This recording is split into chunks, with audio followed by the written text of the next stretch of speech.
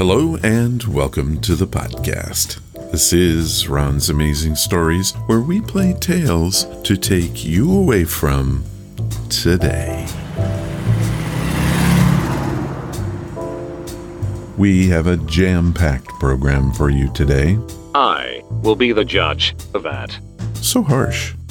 We have a creepy dingo, a strange tall man from Roswell, and Richard Diamond joins us for a story about a mysterious house. Is that all you got? Well, no, British guy. We have snakes. Snakes. Why did it have to be snakes? Sorry about that. Tom Williams is back with another Growing Up, and it all begins with another 5-minute mystery. Another 5-minute mystery. This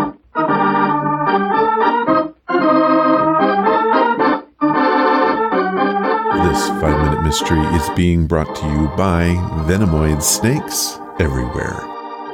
These are snakes that have been defanged or had their venom sacs removed. These are friendly little guys who wouldn't hurt a fly. Or maybe that's they can't hurt a fly. I'll have to research that one.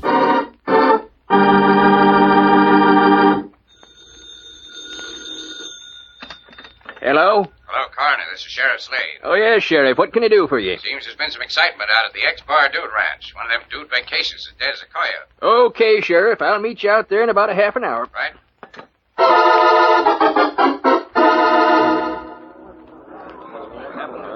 Well, here's the sheriff now. Hiya, Sheriff. Howdy, Dan. Having some trouble out here? Yeah, I reckon it's not going to be any too good for my business either. One of the guests up and got herself killed. Where's the body, Dan? All right in the house here. Fella named Vaughn Calder. That's her husband. He's inside with her. Oh. Hey, it's howdy, Mr. Calder. It's Sheriff Slade in the corner. How do you do, gentlemen? Hate to bother you like this, Mr. Calder. We'll just have to ask a couple of questions. Go right ahead, Sheriff. I'm rather broken up, but I'll try to be of some help. Vaughn, I just heard. I'm so terribly sorry. But maybe it's for the... Oh, I didn't know that. That's all right, Nora. This is Sheriff Slade in the coroner. This is Nora Bradley, gentlemen. Any relation to you, Mr. Calder? Why, no, we're going to be married, that's all. Then I reckon you and your wife weren't hitting it off so well. There's no use my hiding anything. We weren't hitting it off. She'd known about Nora and me for some time now. I'd asked her a dozen times for a divorce. She wouldn't give it to me. But I wouldn't have had anything like this happen. I didn't hate her. How did she die, Mr. Calder? She was bitten by a rattlesnake. You can see the little hole in her arm. Will you take a look at the body, Coroner? Sure. Go on, Mr. Calder. We were out riding this morning. We'd gotten off the horses to rest for a while. I had my back turned to her for a few moments as I tied the horses to a tree. I heard her scream. I turned around, and there was a large rattlesnake a few feet away from her, poised to strike. I saw the fangs shoot out from its mouth and plunge into her arm. It was horrible. Then what happened? Well, we were only 10 minutes from the ranch. I got her back here as fast as I could. She was dead when I arrived. What's your report, Coroner? Everything's as he says, Sheriff. Small puncture in the left forearm, accompanied by large swelling of the surrounding tissue. She died of rattlesnake poison, all right. But not by a rattlesnake. I don't get you, Sheriff. You've had a murder on your ranch. Vaughn Calder murdered his wife. Have you found the clues that led the sheriff to accuse Vaughn Calder of murder? The solution in a moment, but first...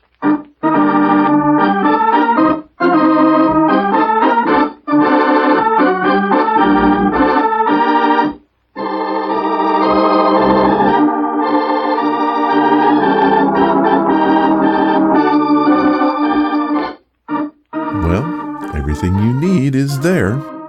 We have a dude ranch, the other woman, and of course, the snake-bit wife.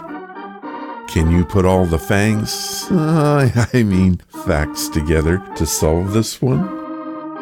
Just one will do, and, of course, make sure to count to 2. I can be so very cryptic, can't I? Let's get back to our story. And now, back to our story. What are you trying to do? The coroner just told you she died of rattlesnake poison. There's no doubt about that, Calder. But it weren't administered by a rattlesnake. You injected poisonous venom into your wife's arm with a hypodermic needle, then watched her die a slow, painful death. And like most people, you don't know much about snakes, Calder. That evil-looking thing that the snake shoots from its mouth is not a fang. That's just the tongue. Every snake has that, poisonous or non-poisonous. But the real fangs, and I said fangs plural, are two long teeth in the forward part of the mouth, which are never seen. If she'd been bitten by a real rattler, she'd have two punctures instead of one. Well,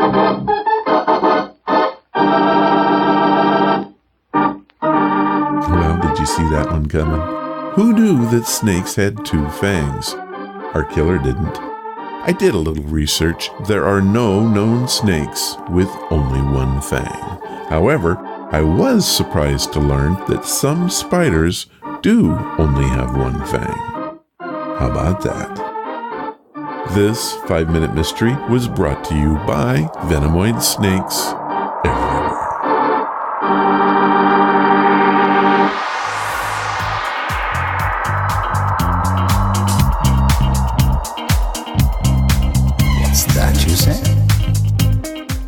We begin this segment with an email from Floyd Kennedy. Floyd is from South Carolina, and it is the first email that we've ever had from that state. How about that? He writes, "Hello, Ron. I listen to the podcast every week on iHeartRadio. I never miss it. You've been talking about doing a UFO-based show with listener stories. I very much want to hear this podcast and don't want to miss it. I went through all the archives and found that you did an old-time radio view of UFOs, and I loved that show. You have so many shows to choose from, and I do love your work. Thank you for that. Where and when is the new UFO show coming out? Floyd." Well, thank you, Floyd, for the great comments and listening in. The UFO show is being stalled by finding a co-host.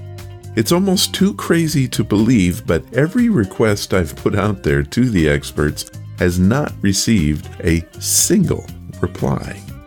I'm not sure if it's the idea they want no part of or me. I have one more person to write, and if that fails, I'll go ahead with the project with just me reading your stories. To Jim, Margaretto, Scott, and Barbara, you four are the folks whose stories I've chosen for this show. So I want to thank you for your stories and let you know that they are safe and they're coming soon. On another note, if you want to hear that OTR view of UFOs that Floyd spoke of, it was episode number 312, Old Time UFOs. I will have a link to that in the show notes. Thank you again, Floyd. And now, this message from Gladys Goodies. I'm Gladdy, the dachshund, the face of Gladdy's Goodies. Are you worried about your pet's health? My parents were too, especially since I developed pancreatitis. They couldn't find any treats I could eat, so they made some. Our natural treats are healthy for all dogs, with and without health issues. We have lots of delicious flavors like chicken, turkey, salmon, sweet potato, beef, and more. With our homemade treats, you won't worry about the contents because they have no chemicals, fillers, or bad ingredients. Go to GladysGoodies.com now to get your fur friend a bag. And pick them up some swag while you're there. You'll be glad you did. Remember, we have the treats and swag to make their tails wag. Again, that's GladysGoodies.com. Again, that's GladysGoodies.com. Thank you, Gladdy. And don't forget to use our very own promo code, RONS, to get your 20% discount. That is RONS. And now, here are your stories. These are your stories, sent by you, for you.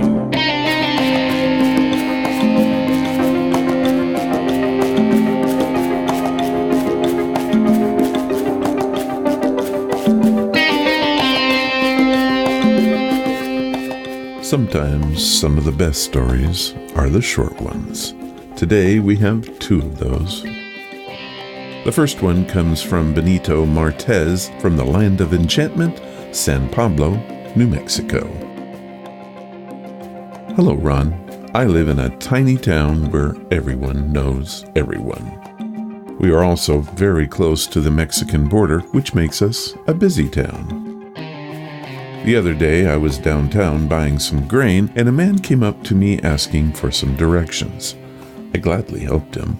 I noticed that he was very tall, something you don't see very often around here. I asked him where he was from. He got very nervous and said quickly that he was from Roswell. I thought, and looked down at my watch. I turned back to him, and he was gone, and I do mean gone. Where did he go so impossibly fast? Also, a man that tall could not just disappear into the crowd. Could he? Benito Martez, San Pablo, New Mexico. That is a strange story, Benito. And you're right, a tall man usually does stand out in a crowd unless you're at a basketball game. Great story, and thank you for sharing it.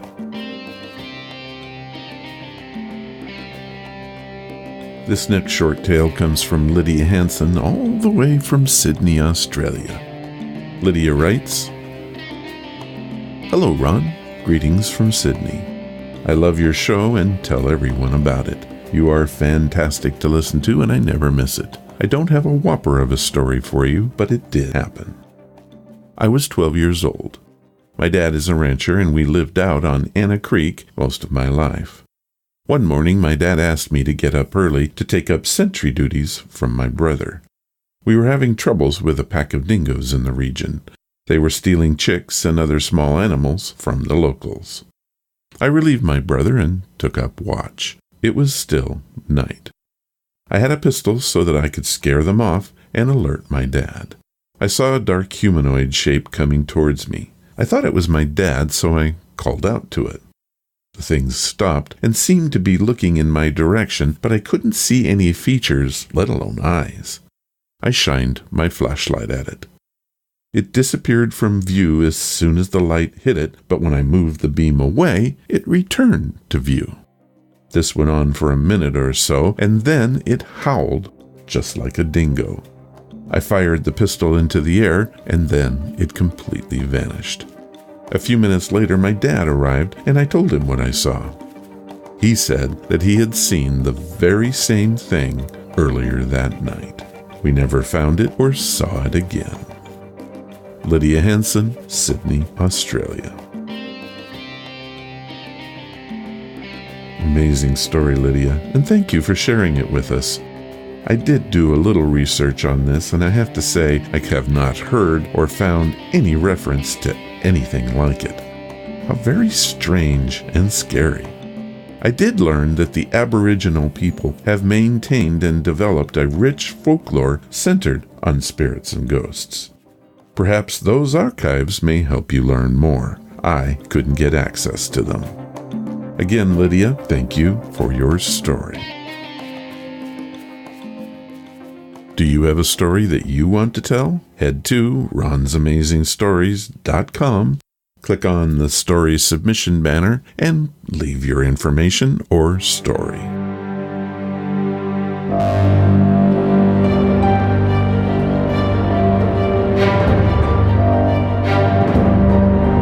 Johnny, is this true? Okay, I like to surf the internet looking for stories and other oddities. I do this in the name of the podcast, but the truth is, it's fun to see what's out there. What you're about to hear is what I call... Johnny, is this true? I will tell you a story and then ask the question, did I make it up or is it true? Let's get started.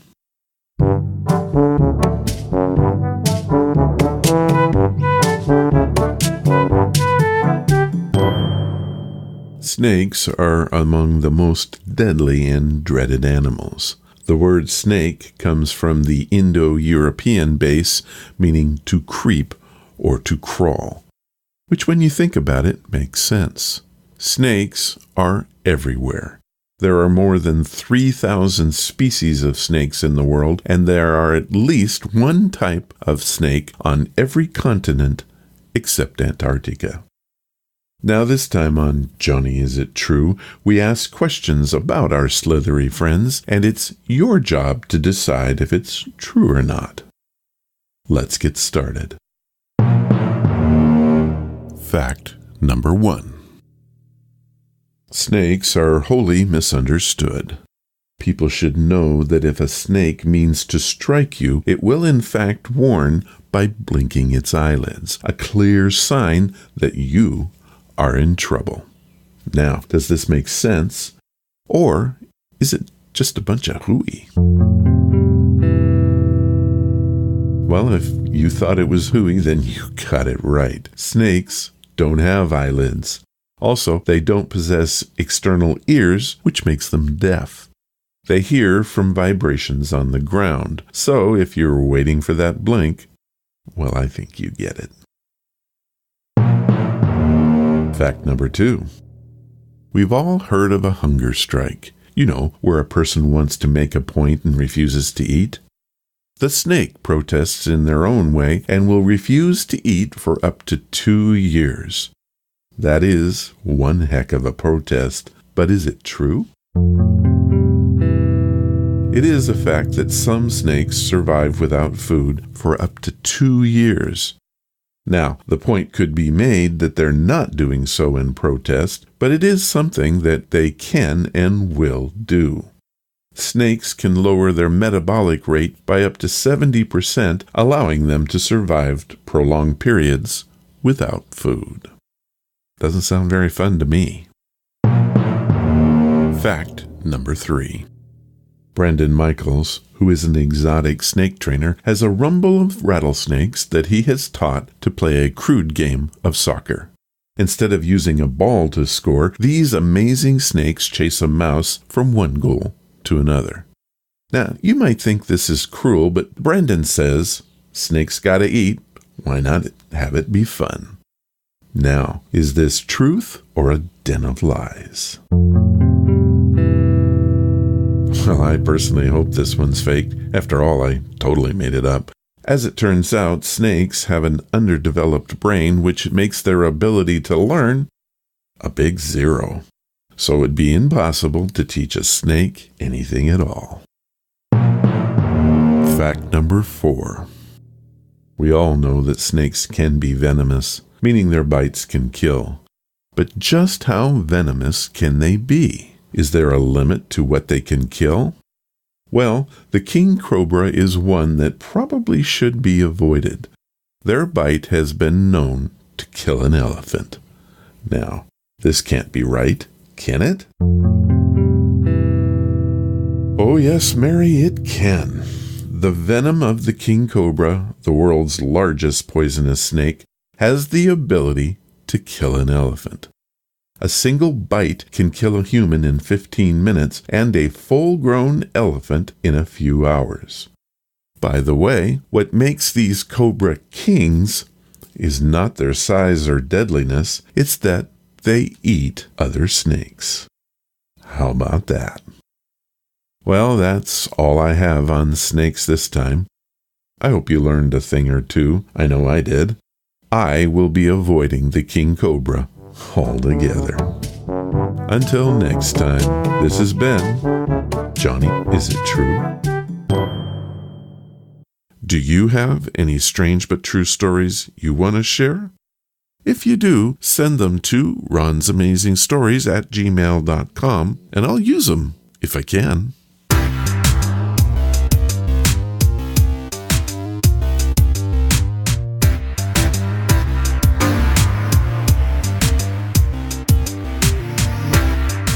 Our featured story for this week comes from a time when the private detective was all the rage. People could not get enough of the genre in the 1950s. It was a boon in magazines, novels, TV, and of course, old-time radio. Some of our greatest fiction has come from these works, titles like The Maltese Falcon, The Big Sleep, or Raymond Chandler's The Long Goodbye, just to name a few. It was drama at its best. Today we have one of those from old-time radio, Richard Diamond, Private Detective. The writing for this show was off the charts. Blake Edwards is the man behind it, and everyone should know that name. If you don't, grab yourself some popcorn, rent the original Pink Panther movies, and you'll get to know Blake Edwards. Our story is creepy, yet funny, entertaining, yet suspenseful, and is called The House of Mystery. It first aired on NBC Radio December 10th, 1949.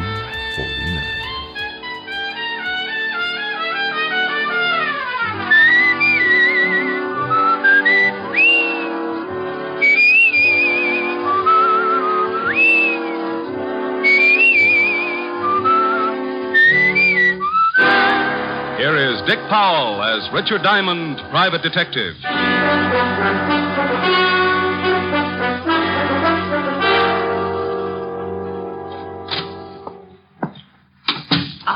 Are you Mr. Diamond? Creditor or client? I'm a client. I'm a Diamond. I'm Glad. It's a little informal, but hello, Glad. Call me Rick. Oh, no.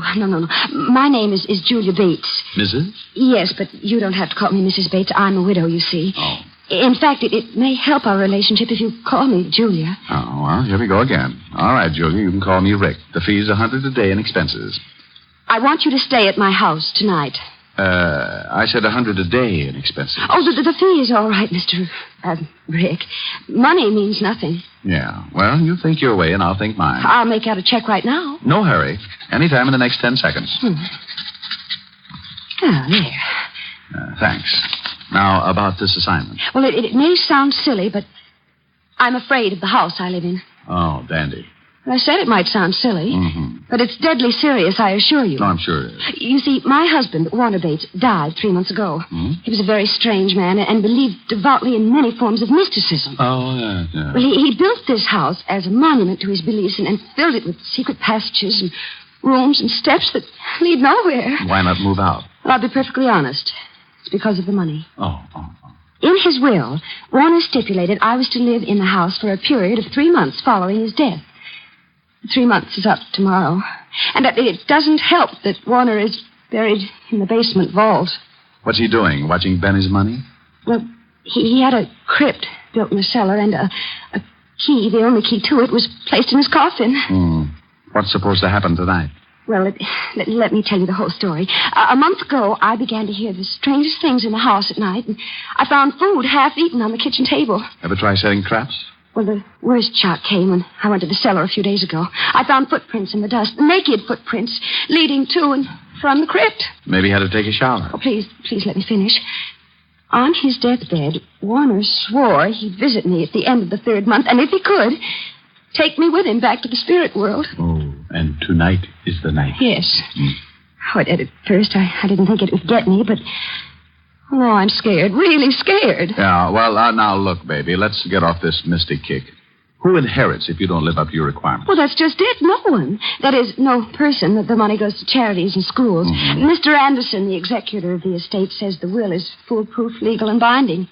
Either I live in the house until noon tomorrow or forfeit the inheritance. So what you wanted me to do is hang around tonight and see that hubby doesn't go death walking. Yes, that's right. You don't have to be there till dark, but, don't be any later than that. Say 6 o'clock? Excuse me. Diamond Detective Agency, freewheeling corpses. Ask the man who kills one. Rick, when are you going to stop those awful slogans? Oh, hello, Helen, baby. Got to call you back. Got a client. Oh, all right.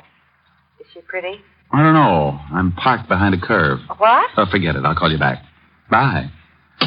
Now, Julia, you better go on home. Where's your broom? Broom?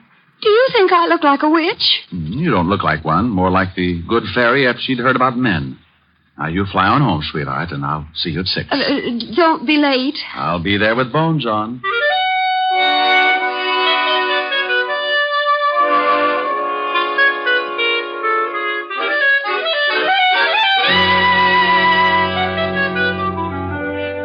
I tried to uncurl my toes and get my mind on business.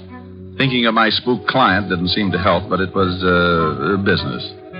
It was getting pretty late in the afternoon, so I put the office to bed for the night, picked up a bite to eat, and went over to the 5th Precinct to keep a coffee date with Lieutenant Levinson. When I walked into the squad room, I spotted Sergeant Otis with his nose in a book. Oh, hello, Otis. What's with the book? Don't tell me you're learning to read. Hello, Shamus. How's tricks? The book, Sergeant. What's the book? What book? Lieutenant's inside. He said for you to go right in when you came. Otis, tell Uncle Richard about the book. Oh, it's just a book. Yeah, I was trying to improve myself. Well, don't feel ashamed, Otis. You've got reason to do that. Yeah, very funny. Let's see. The art of graceful dancing. Otis. Well, what's wrong with me dancing, Shamus? I don't want to be no social outcast. Dancing? Well, maybe. But graceful? Otis, you couldn't be graceful even if your feet did match. Tell you what, though, I'll give you a hand. Now, just open your arms and pretend you have a dame. Go on, I'll start you on a waltz. Well, okay. Da-da-dee-dee-dum, tweet-tweet-tweet-tweet. Da-da. Oh, no, Otis. You look like an elephant with sprained ankles. Now, try again and close your eyes. Ya-da-dum-dee-dee-dee-dee. Otis, where's your butt? Otis, put me down. What? Oh, yeah, I'm sorry, Lieutenant. I thought you was a dame. You what? Oh. I mean, I had my eyes closed. I was dancing. Oh, Lieutenant, the shamus talked me into it. Rick, would you mind telling me what you were doing? Saving Arthur Murray ulcers. Yeah, well, come on in and get some coffee. And Otis. Yeah? Shut up. Shall I pour? Please do. You know how I like mine, Walt. Yeah, no cream, 12 lumps. Better change that. I would think so. Okay, how many? Make it 14. Your coffee's stronger than mine. It's not so strong, Rick. Here.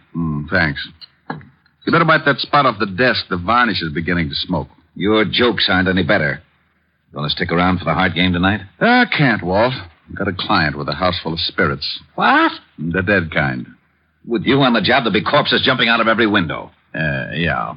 Well, if they start, I'll give you a call. I know. Why don't you give up being a detective, Rick? Play postman or something. Walt, you just don't seem to appreciate my favors. I'm getting late. It's nearly 6. It's a peaceful night, Rick. See if you can't keep it that way. Oh, sure, Walt, sure. This is one night you can take it easy. Give me 2 more lumps, please.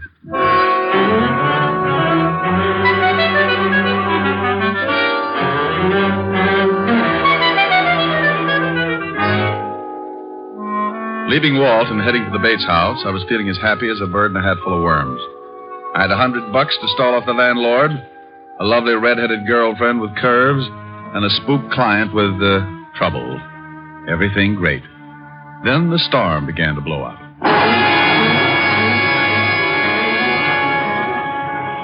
It had started to rain when I saw the Bates house on Temple Street. A big, ugly house straight out of a horror story, with gables and shuttered windows. And as if that wasn't enough, I was met at the door by a butler who was a tiny thing, about 7 feet tall and 300 pounds, with a face like the devil with a hangover. Come in. Yeah, I wanted to see Mrs. Bates, of course. You are Mr. Diamond. She left word with you? I need no word. I am the 7th son. Of a what? The 7th son. Of a... Oh, no, this could go on forever. Okay, lead on. The name is Kane. Yeah? How's your brother? What? Forget it. Where's your, Mrs. Bates? In the drawing room. This way, sir. Cozy little mausoleum. What time do the ghosts come out? Usually right after the vampires, sir. Oh, dandy. I hope they have an early show. Oh, it will be soon enough, sir. The dead are restless tonight. Maybe if I rocked them to sleep. Got a rock? Mrs. Bates. Mr. Diamond. Oh, thank you, Kate. Hello, Rick. How do you like my house? Oh, it's lovely. What do you use for doorknobs? Heads?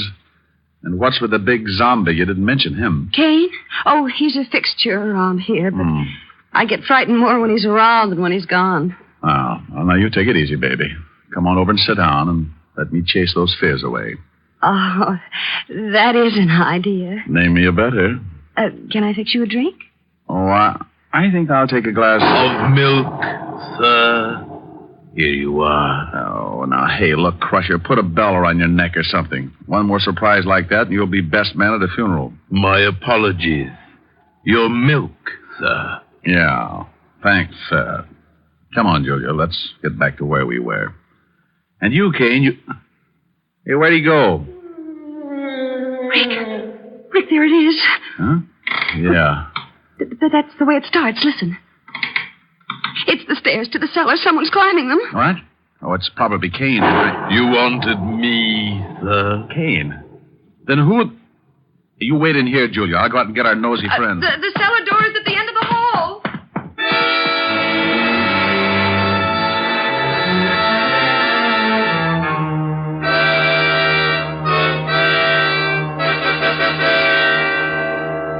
I left Julia looking as nervous as a one-legged man walking a tightrope and took off down the long hall. There was only one door, the one to the cellar, so I opened it and flipped on the switch. I was moving my ankles down the creaking steps when I heard trouble. What the devil? Julia! Julia! Are you hurt? What is it? Rick, over there in the closet. A dead man. Oh, no. There's no dead man in here. Not there. But I saw him, Rick, I swear. There was a man in there. He was all bloody, and there was a big knife in his chest. Oh, but you must have been mistaken. About a corpse? Rick, he was there. I don't see it. Oh, wait a minute. Here on the floor, bloodstains. You see, there was a man in there. This is blood, all right. But where'd the body go? He couldn't have been moved that fast. Unless... Where's Kane? Right here, Mr. Diamond. But I did not move the dead one. No? Where were you just now when Julia screamed? Having tea with a vampire? No, I was in the kitchen, sir. Do not be mystified, Mr. Diamond. Accept the fact that you are in a house controlled by the other world. There's been a murder, Kane, and that brings it into this world. Who are you calling? A real-life cop who likes to know about dead bodies kicking around. Lieutenant Levinson, homicide. Walt, Rick. Oh, no. I know that tone. Where's the body? I wish I knew. Come on over to 209 East Temple Street. Wait. What do you mean you wish you knew? Is there a body there? Well, it's here someplace. Now, don't argue. Get over here. Wait. And hurry. Now, Kane, you can go back to the kitchen, but stay there. Don't roam around. As you wish, sir. And now, Julia, baby, we're going to do some investigating. Investigating? That's right. I got a big yen to see what's in that vault downstairs. And this time, I'm taking you with me. But, Rick, it's locked. I hope so, but I'm not making book. You mean you think it may actually have been Warner come back from the dead? And kill that man, I mean? Right now, I don't know what to think. I wouldn't be surprised to run into Dracula sitting on top of the Wolfman. Here's the basement. Hey, who turned out the light? I know I turned it on before. Yeah, that's better. Come on. Oh, Rick, it's cold down here. Oh, hurry, Rick. I'm getting scared. Yeah, I don't like the feel of it myself, but I want to check this vault. See the footprints there in the dust? I see them, but I don't believe them, not yet. Yeah, I'll try the door of the vault. Why, it's unlocked. Yeah, and look what's inside. The coffin is empty. It's empty, all right, and it's open. Well, are you going inside? No. I think I'll stay out here. The light! Rick, who put out the light? It wasn't Edison, baby. We got company. Julia, I told you I'd come back for you. Warner? Hey, what is this? I am dead. Oh. You know who I am, don't you, Julia? Yes. Huh? Yes, I know it's you, Warner. I'm coming for you tonight, Julia. I will appear at 9 o'clock. I'd better set my watch. Be prepared to meet me, Julia, at 9 o'clock. No, Warner, no. Take it easy, baby. Rick, you down there? Oh, hallelujah. Yeah, Walt, turn on the lights. Sure. They're on. Rick, what are you doing there? Oh, a blonde. I should have known. Well, do come upstairs and join us. We're coming, Walt. Now, what is this all about, Rick? Where's it? In a minute, Walt. Otis, help Mrs. Bates into the living room. She's pretty shaken up. Sure, Shamus. Come on, lady. Now, what is all this about, Rick? Now, come on back downstairs with me, Walt, and get your gun out. Somewhere in this cellar is a dead man with a lousy sense of humor.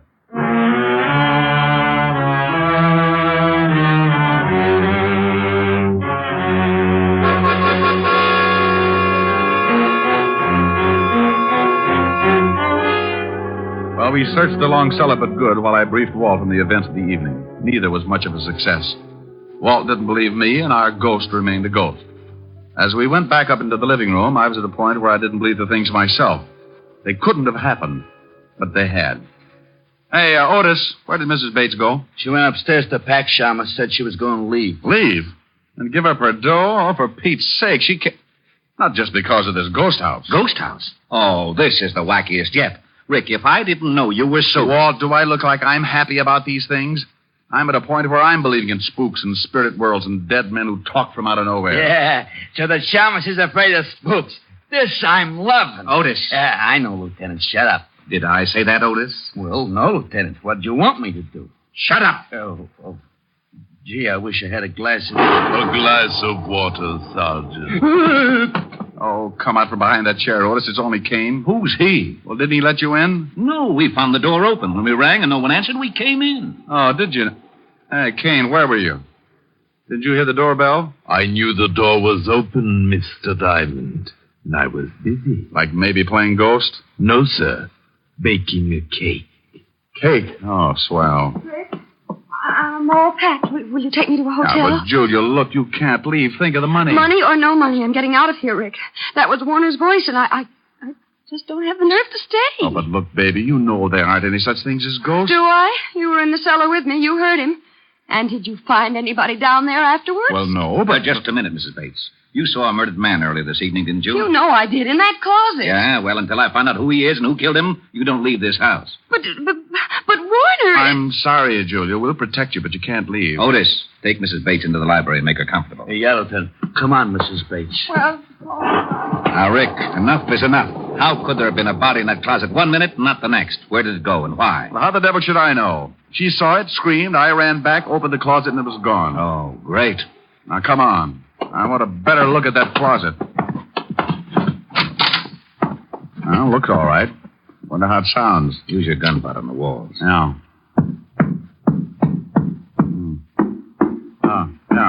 Yeah, this is it. Yeah, but where's the latch? Must be some way to open this section. Try those hooks. Yeah. No, not them. Maybe this rack. Hey, look. Secret room, just like in the movies. Oh, there he is. Yeah. We found the corpse, Walt. And how he disappeared so fast. Oh, some mess. Blood all over him. Walt, hey, this is no corpse. What? Oh, now, don't start that. No? Well, look at it closer, Walt. It's a dummy. Well, it is. A wax dummy with blood smeared on it. No wonder I wasn't meant to see it. Oh, this is it. I'm getting out of this crazy house. Corpses that talk, corpses that aren't corpses. I've had enough. This is just plain ridiculous. Now, wait, Walt. Someone planted this dummy, and someone is trying to scare Mrs. Bates out of this house. That same someone is in this house right now, and if he isn't stopped, it may mean her murder.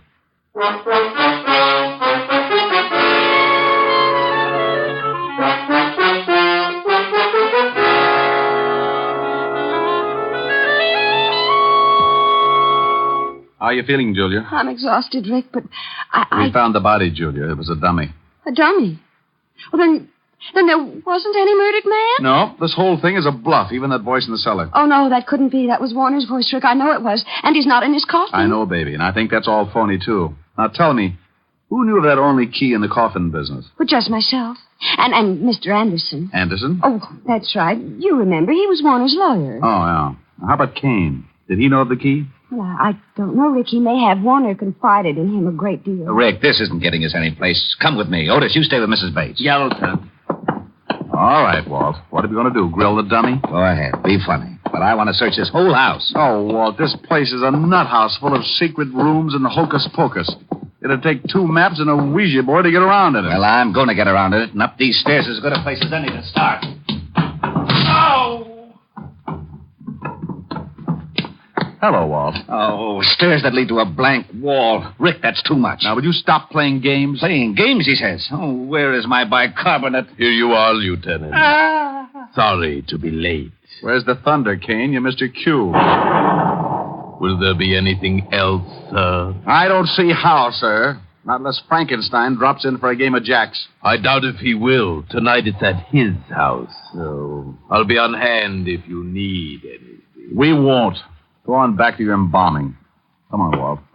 You feeling okay? Oh, I'll never feel okay again. Rick, I've stood for your getting me mixed up in some crazy cases, but this night I'll never forgive. Oh, don't quit on me now, Walt. We still have to find that spook and keep Julia from being killed. How? Please, tell me how. Look, He said he was going to appear at 9 o'clock tonight to take her to the spirit world with him. Yeah, well, I'll get a squad down here to see that he doesn't. No, Walt, wait.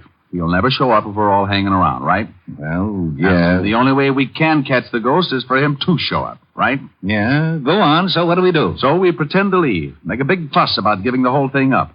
Then we sneak back in and hide. We wait and see if he shows up, and when he said he would, and if he does, we nab him.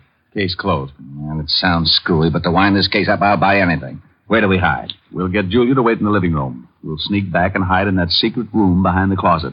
If the ghost shows, we can grab him as soon as he gives himself away. And I think he'll show.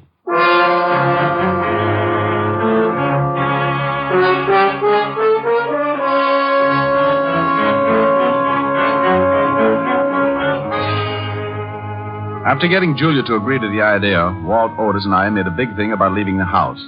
Then we sneaked back in and hid in the secret room back of the living room closet. The closet door was open enough so we could see Julia pretending to read on the couch. And for the next few centuries, we waited. Waited for a dead man to keep a date. What time is it, Rick? It's 2 minutes to 9. If he's going to show, it won't be long. Hey, you think a dead man really can come back to life? If you don't shut up, Otis, I'll give you a personal chance to try. I wish he'd hurry. Yeah. Well, it's just time now. I hope Julia plays her part okay. She looks pretty nervous. No, why would she be nervous? She's only waiting for a dead man. A phony dead man, Walt, I hope. Now, don't you start believing in ghosts. You know there aren't any such things. Rick, the lights went out. Shh, listen. I told you I would come for you, Julia. It is 9 o'clock. Oh, Warner, please don't take me. I don't want to die. Rick, that's him. Shh, wait a minute, Walt. I am the dead, Julia. I am your husband. Yes, I know you, Warner. You must leave this house, Julia. No. Come on, Walt. Right. And Otis, be quiet. Oh, I will. I know enough not to make any noise. What was that? Rick, hurry! Come on, let's grab him.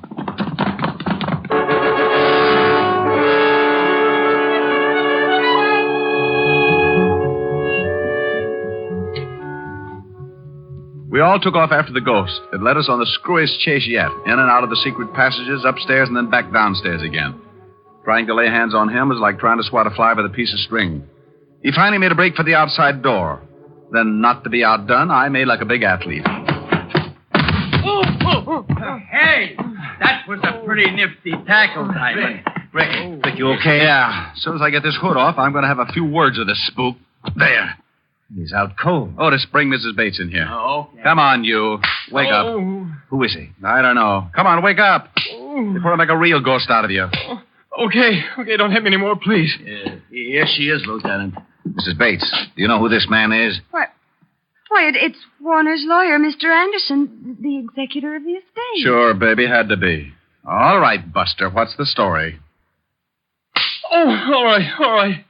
It was the money. If I could get Julia to break the will, I had a dummy charity set up so I could get the estate. He's all yours, Walt. Wrap him up. It'll be a pleasure. Otis, put the cuffs on him. Take him out of here. Yeah, Lieutenant.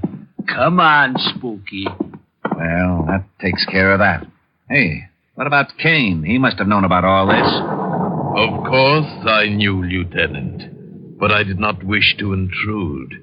Those who interfere with the dead pay their own penalty. Lose their haunting license? Nothing. Oh, sir, my cake is done. Would you like some? It's devil's food. No thanks. I'll skip it. With nata.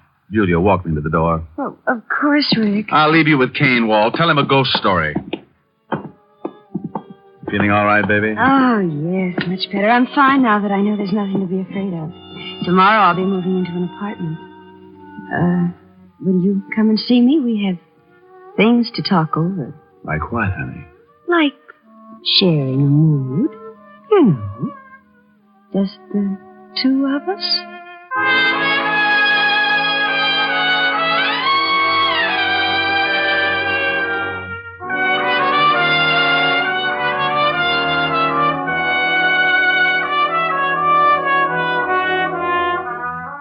With that, she reached up and showed me what she meant with a big smoochie. Oh, I'd have probably stuck around, but I was afraid the house would be too disturbing. I wouldn't have minded having to get up to chase the bats out of the room, but with Kane showing up every time I wanted something, well, that could have led to complications. So I left Walt and Otis to clean things up, bid a not-too-fond farewell to Kane, and went from the house of horror to the one that was full of redhead and a piano. The redhead was wearing a red dress with a new, you know what I mean. Well, didn't think you were going to make it. I had a tough case tonight, honey. Thought I might not get away at all. Mm-hmm. I'll bet you did. Why, Helen, baby, all of a sudden you sound suspicious. Without any effort, darling. Especially when it comes to blondes. Blondes? You mean girls? Girls. Blonde girls with hair like this on your lapel. Oh. And the lipstick on your cheek and the look in your eyes. Oh, you know how it is, honey. Brilliant detective saves client's life and fortune. She had to be grateful. Brilliant detective. Just keep on making me so jealous of you, and one of these days the world is going to lose a brilliant detective. No. Someone going to rub out Sam Spade? Oh, what's the use? Oh, now, baby, don't be mad. Come on, let's next. No. I'm upset and I'm unhappy. If I sing, will you be happy again? No, no. Well, I'll try. I'll sing my riddled head off. I need your love so badly. I love you oh so madly. But I don't stand a ghost of a chance with you. I thought at last I'd found you, but other loves surround you, and I don't stand a ghost of a chance with you. Are you listening? If you'll surrender just for a tender kiss or two, you might discover that I'm the lover meant for you, and I'd be true. But what's the good of scheming? I know I must be dreaming, but I don't stand a ghost of a chance with you.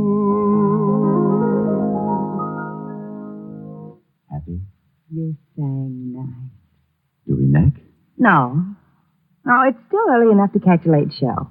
Well, if I take you to the show? Yes. Okay. What's the show you want to see? Oh, it's a wonderful horror picture full of spooks. The ghost talk. Oh, no, no, no.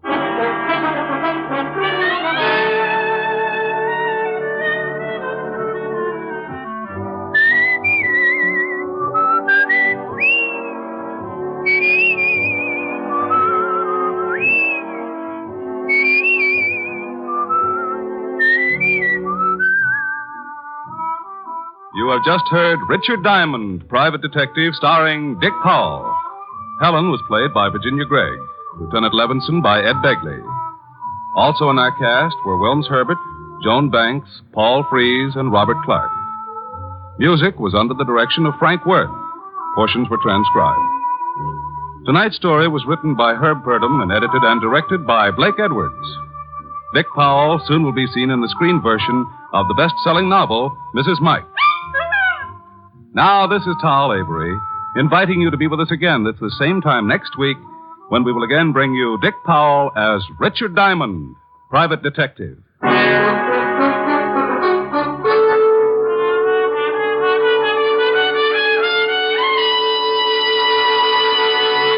What's on NBC tomorrow? There's great comedy in store for you on the Phil Harris Alice Faye Show when Phil and Frankie go shopping for Alice's Christmas present. And there's excellent drama on Theater Guild on the Air. Tomorrow, Richard Conte, Diana Lynn, and Shirley Booth will be starred in the Pulitzer Prize-winning play Street Scene on Theater Guild on the Air.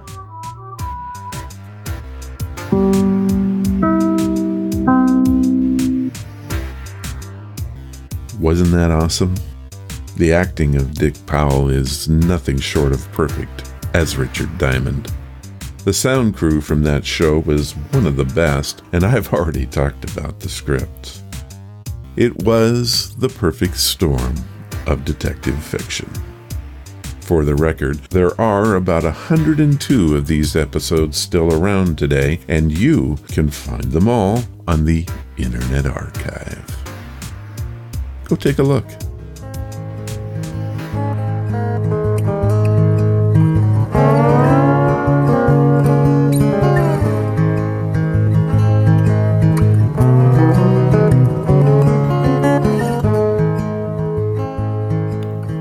Growing up.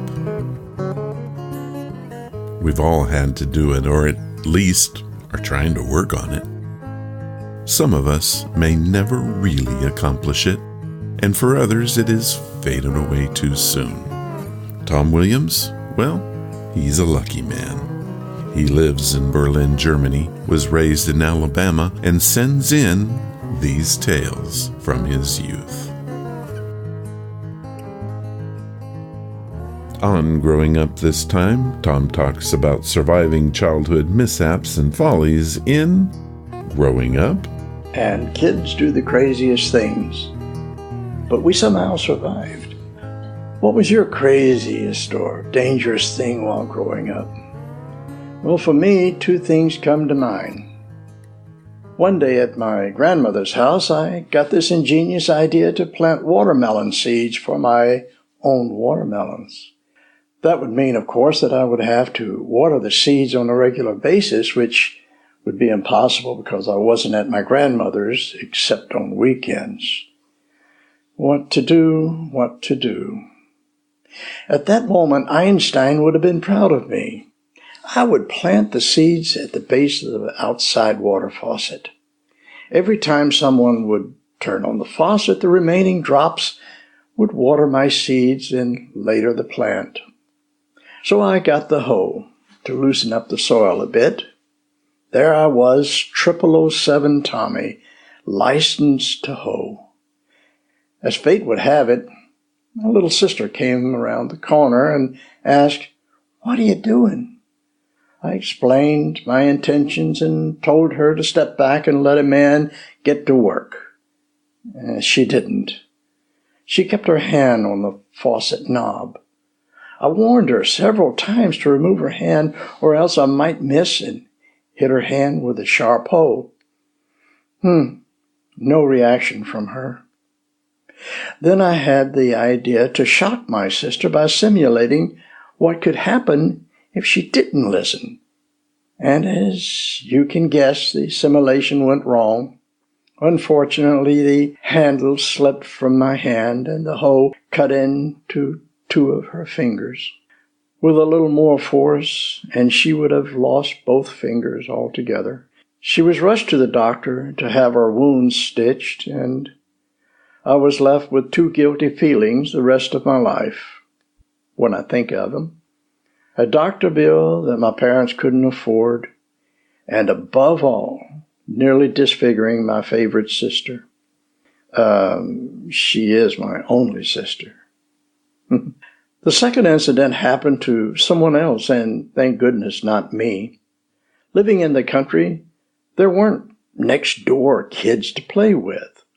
Only a schoolmate across the road and up the hill about 1/4 mile. He lived in an old farmhouse with a large barn. The barn had great hayloft, which we used on hot summer days to keep cool. The smell of the fresh hay and the breeze flowed through the loft because of both ends had large doors, which was left open during the day. On this fateful day, we spent most of the time in the loft and got bored for some reason or another. As we climbed down the ladder, my buddy saw a can on the workbench, and picking up the can, he said, "I wonder if there's anything still in it." Now, not seeing anything inside very well, he took a cigarette lighter out of his pocket, held the can to his face, and flicked his Bic. No commercial intended.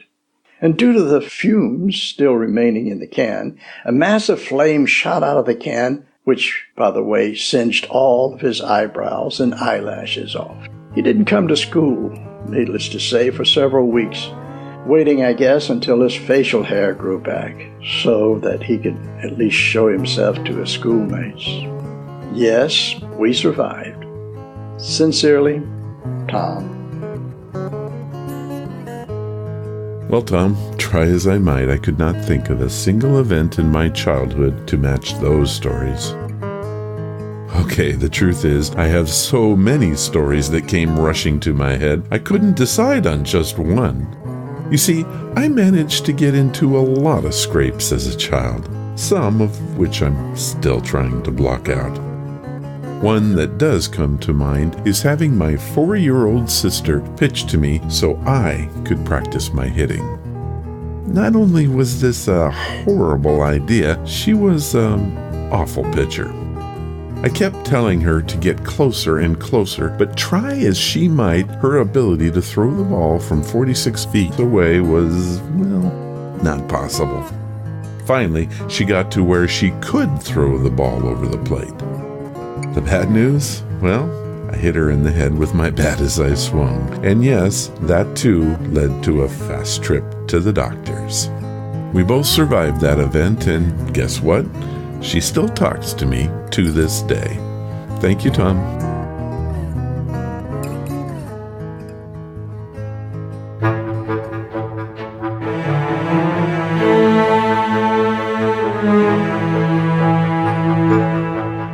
There is another podcast in the books. I want to thank Floyd Kennedy, Benito Martez, Lydia Hansen, and Tom Williams for taking part in the show today. You guys made it your own. If you want to follow the podcast or the blog, just head to ronsamazingstories.com. There you will find an amazing number of links that should fit every need. Do you want to help the show? The best thing you can do is tell your friends all about it, and please leave reviews or feedback wherever you listen. This really helps us to grow.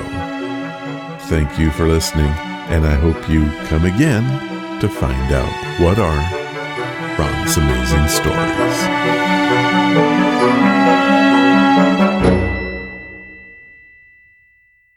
All of the vintage audio used in the podcast is believed to be in the public domain. Ron's Amazing Stories does not own the rights to any of the old-time radio used here. If you hold the rights to any of the shows played, please contact us immediately at ronsamazingstories.com.